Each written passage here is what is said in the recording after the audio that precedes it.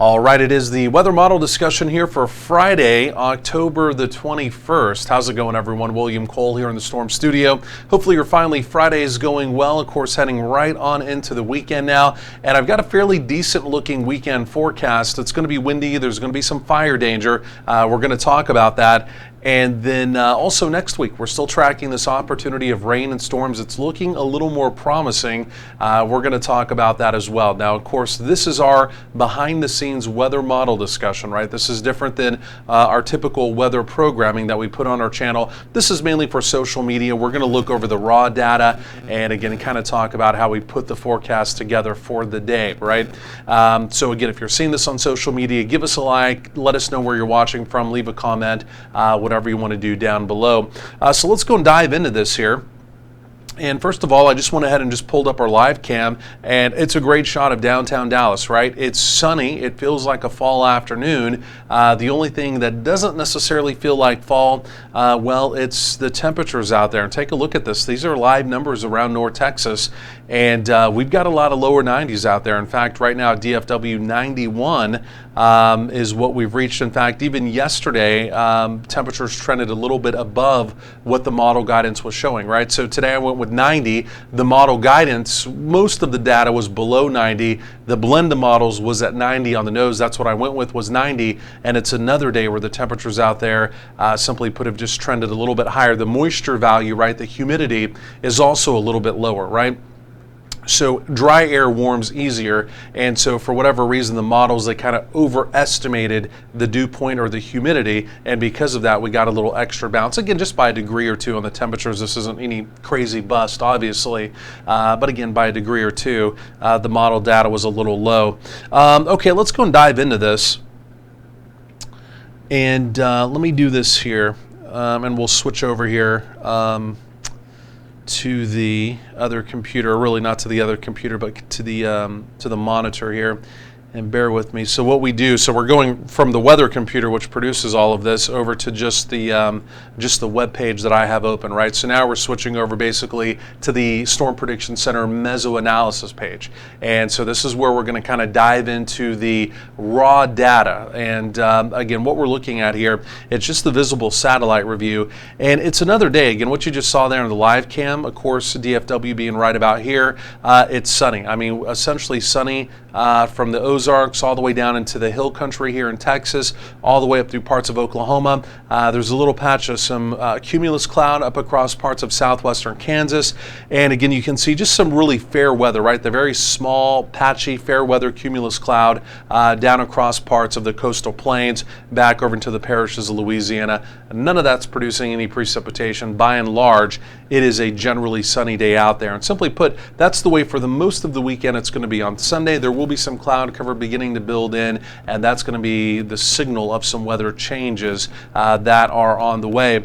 Let's do this here as well. Let's go and take a look at the upper air analysis. Now, this is always important, right? Whenever you're putting together a forecast, you have to look at the mid-levels of the atmosphere. We're looking at about 18,000 feet, and this is what we call the 500 millibar chart. Most of you, again, if you're kind of doing your own forecast or looking into forecasting or whatever, you're most likely familiar with this. But this is giving us the analysis of what's truly going on around the nation, and this is what I mean by that. So, right, we're looking for dips, for storm troughs, and we're looking for ridges, areas of high pressure. Storm troughs typically cooler, typically more active weather near them, and then ridges are typically milder or warmer, and simply put, there's typically no active weather associated with those. So here's our storm trough that we've been dealing with all week, right? Earlier, it was up across parts of the Midwest. It's essentially the same storm trough. It's now beginning to pull off the eastern seaboard, right? So it had kind of been stalled. It had kind of been a roadblock. Behind it, we did have a ridging pattern out west where there really wasn't much going on, right? We did have the ridging pattern, but notice here now we have more of a zonal pattern developing. happening, and that's going to be more of a progressive or active pattern, right? You can see how the jet stream is now moving from west to east, and the reason why that's important for us here in North Texas, we've got an upper level storm system that is now coming on the Pacific Northwest coast. So as opposed to that being bottled up or having to go up and over the ridge, it's in a progressive pattern where it's going to come right through the Intermountain West, and it's going to come right out into the southern plains as we get into this upcoming Monday. And for us, it's going to give us an opportunity of rain and storms, possibly some heavy rain, possibly even some stronger storms as well. So that storm system on the actual model data, I'll show you coming up momentarily, but this is what's happening now. So we're analyzing what can potentially happen heading into the weekend until we picked up on the overall pattern.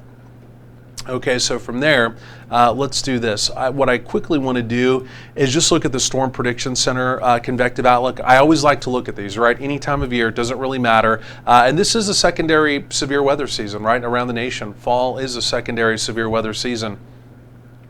And today, it's another day. I mean, no severe weather in the forecast. If you look way down along the Atlantic coast of Florida, there could be a few showers and storms down there. But again, outside of that, West Coast, you're typically not really looking for much in the way of convective weather. You know, the Great Plains here, obviously, over to the East Coast, that's typically where we see the convective weather. The East Coast, they've been dealing with that trough all week. Again, typically troughs are a little more active, but the front associated with that trough had been well off the coast. It took all the active weather with it, and behind it was basically just a cool, stable air, right? So we've had cool, stable air across parts of a good section of the eastern tier of the nation. And again, it's just one of the reasons all week long there just really hasn't been, as far as convective or storm activity, there just hasn't been much at all, right? So here's day two. Again, you can see an opportunity of general thunderstorm activity. That has to do with the next storm trough, right, that I'm going to show you, the one coming into North Texas.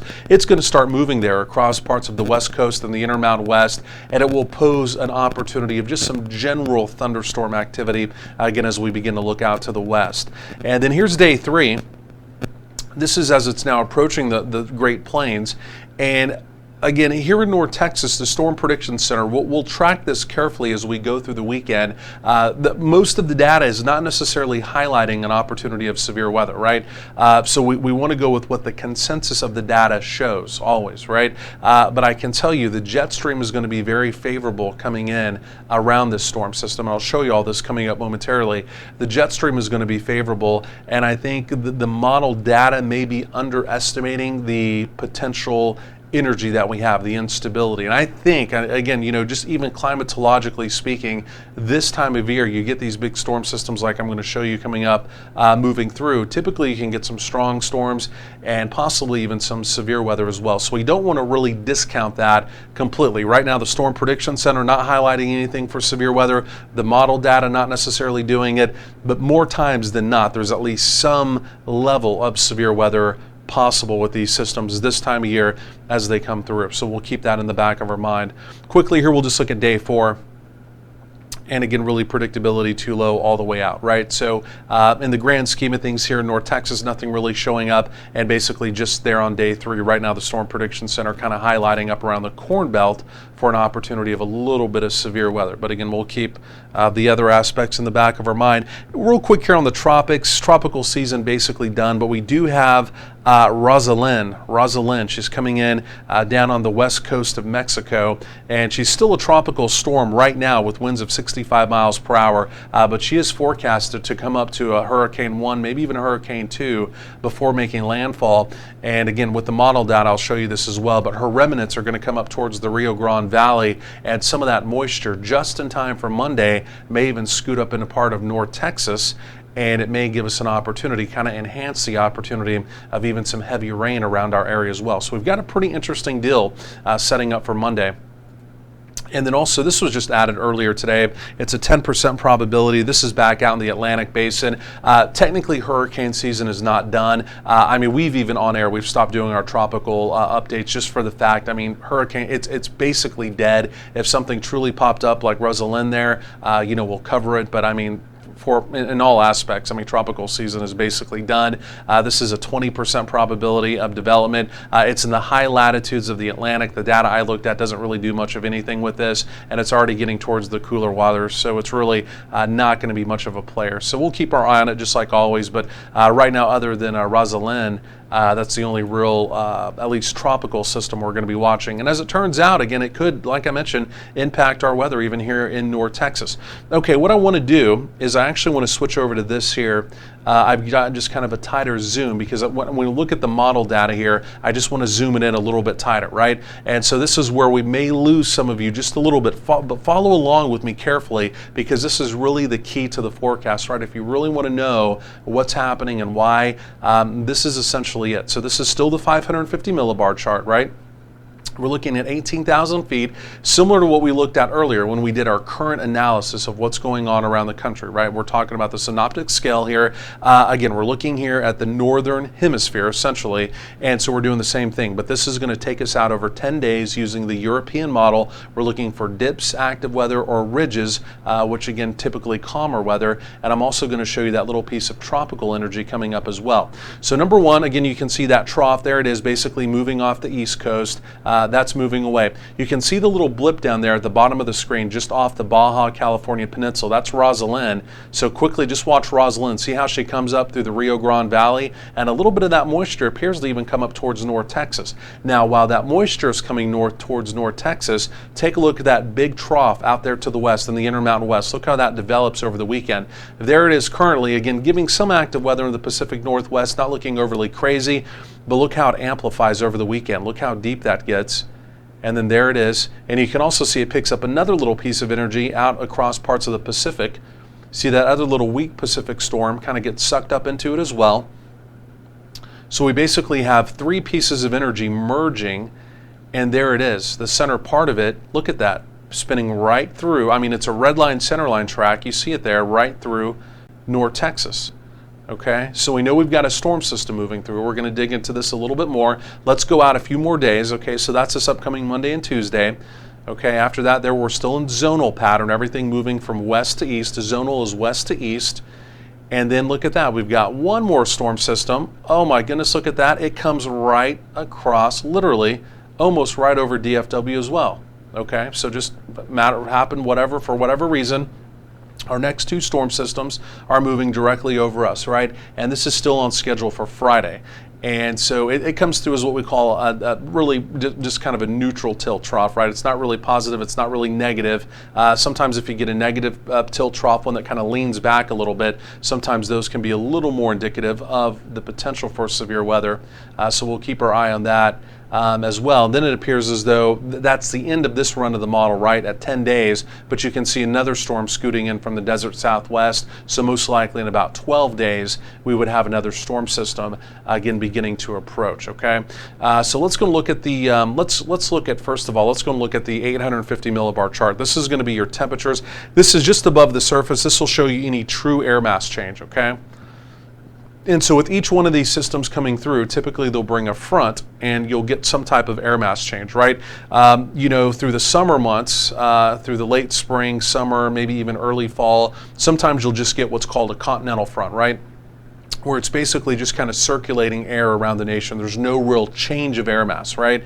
This system coming in from the Pacific Northwest, it's going to have at least some Pacific, maybe even some modified Canadian air. So we know we're going to get some type of a cool down with it, but let me go and show you that, right? So take a look off to the northwest. You can see the cooler colors. That is the front. And so here comes the front. It's a Pacific front coming in from the northwest. Boom, there it is. So again, you can see we do get a chill down with it. We'll put real numbers with this momentarily, but this is just kind of illustrating the front, right? So there it goes. There goes system number one, and then we have that next system on Friday, and it's a very similar story, right? It's just a Pacific front that comes in. There's not a major change of air mass, right? All the real chilly stuff you can see is still bottled up across parts of Canada, right? all that stays well to our north, right? So we get some, some seasonable, fronts for this time of year. We get some temperatures that trend slightly below normal, but we're not getting any crazy cool blast or cold blast, right? Which about this time you can start to get some cold blasts, so we need to start watching for those as well. We'll put numbers, again, we'll put actual high and low temperature numbers with that in just a second, but let's go and take a look at precip opportunities here. And so this will get you to Monday morning. And the only trend I'm seeing with this, and this has been the trend the last couple days, right, where it depends on the exact timing of when the front lights up, when we have thunderstorms develop along the front. 2 days ago, everything was well east of the DFW Metroplex. Yesterday and this morning, things trended back to the west, where we got thunderstorms developing near or just to the west of the DFW Metroplex, right? If stuff develops to the east and then moves east, well, your rain chances in the Metroplex specifically are going to be lower. Now, this is the change with the afternoon run of the data, right? Look where things develop. Basically, on the fringes of the Metroplex, but more so to the east of the Metroplex again, and that would put our rain probabilities lower. So the data is going to continue to seesaw around, right? This is a global model, the European model is. It's forecasting for us here in North Texas the same way it's forecasting for Antarctica, literally, right? It's forecasting for every square mile of the globe, okay? So as we get closer in time, we can start using the high-res data, where the high-res data is only going to be forecasting for the Northern Hemisphere or the continental United States, depending on the model you use, and that's when you get better data, so to speak. Okay, so we're not within that window quite yet to be able to do that. So right now we're just picking up on the signals, because even what you're seeing here, you have to remember this is not a future radar product. This is a snapshot of 6 hours. Where could we possibly see some rain? It's not even necessarily locked into that exact location, but the trend is now we could have rain and storms, but it's a little bit further to the east. Again, that doesn't mean tomorrow morning it won't be back to the west. That's why we've really just got to get a little closer in time, and again, we've got to start getting some high-res data in as well, because right now it's just kind of seesawing, and it's about a 6-hour window, right? That 6-hour window is going to completely make the difference between, really getting a good gully washer potentially through the Metroplex and rain and storms in our eastern counties, and a lot of us miss out, right? So, and that's a big deal. We're dry, we need rain, and again, when you're forecasting for this area, is the Metroplex going to get rain or not, right? That's the bigger question. This is a huge population center, and so that's something you have to keep in mind, right? So right now the data seesawing, we're not real confident on that forecast, okay? So then going forward in time, let's go and take a look at Friday. And here's Friday, and so this is still developing things out to the west. So this is essentially unchanged, and there could be an opportunity of some rain and again some storms with that as well. You can even see out in the New Mexico Rockies, maybe even the possibility out there of some pretty good snow, including the Albuquerque area. So it is that time of year. The higher elevations out there are beginning to pick up some snow. Let me do this. I just want to look at the instability quickly, and we'll take a quick peek at the jet stream, and then we'll put numbers with this. I don't want to stay on here too long doing this, but again, we're just trying to kind of give you the background here on the forecast. Let's go and take a look at this here. So still the euro not real robust with instability, right? It's keeping the instability axis further down to the south. Some instability here across parts of North Texas, but not really a big deal. Not anything you would truly jump up and down about. Quickly, let's peek at Friday. Friday's a bit of a different story. There's definitely going to be more instability on Friday, right? And so the opportunity of stronger storms may be there. This is still several days on down the road. Similar story, when it's several days on down the road, you don't want to jump up and down too much, but Friday right now appears to look a little more interesting. But let me go and click on this too, because in the back of my mind, I'm still just not discounting Monday for an opportunity of even a few stronger storms as well. But let's go and look at the latest run of the jet stream here as well. And let me go and back this up.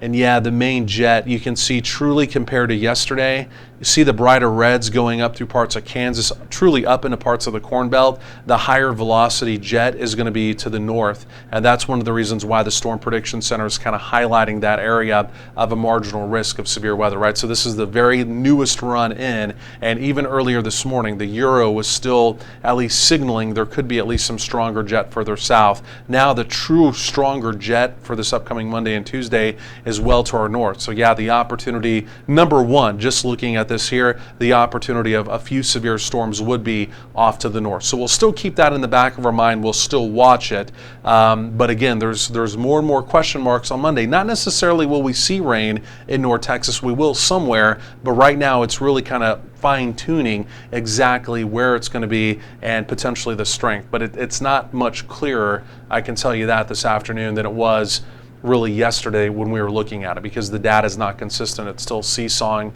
back and forth quite a bit. Okay, so let's do this. Let's look at some raw numbers. And let me do this here. Okay, there we go. So this is the European model. And so what we just looked at, these are the numbers that it's spitting out, right? The highs and the lows. And so for today, Friday, 91, for example, obviously we know we're above 91 now, or we were at, I think we were right at 91. We may hit 92. So the euro doing a little bit of a better job today than the blend of models with the forecasted high, right? Because the blend had 90, we're already at 91, may even hit a 92 or above. But going forward in time here, we've got 87, 86 for Saturday and Sunday. That's about what I have. That's about what we're thinking. And then as we get into parts of next week, you're seeing generally lower to mid 70s showing up there. The only real discrepancy is on Tuesday, the blend of models, and this is truly what I base my 12-day off of.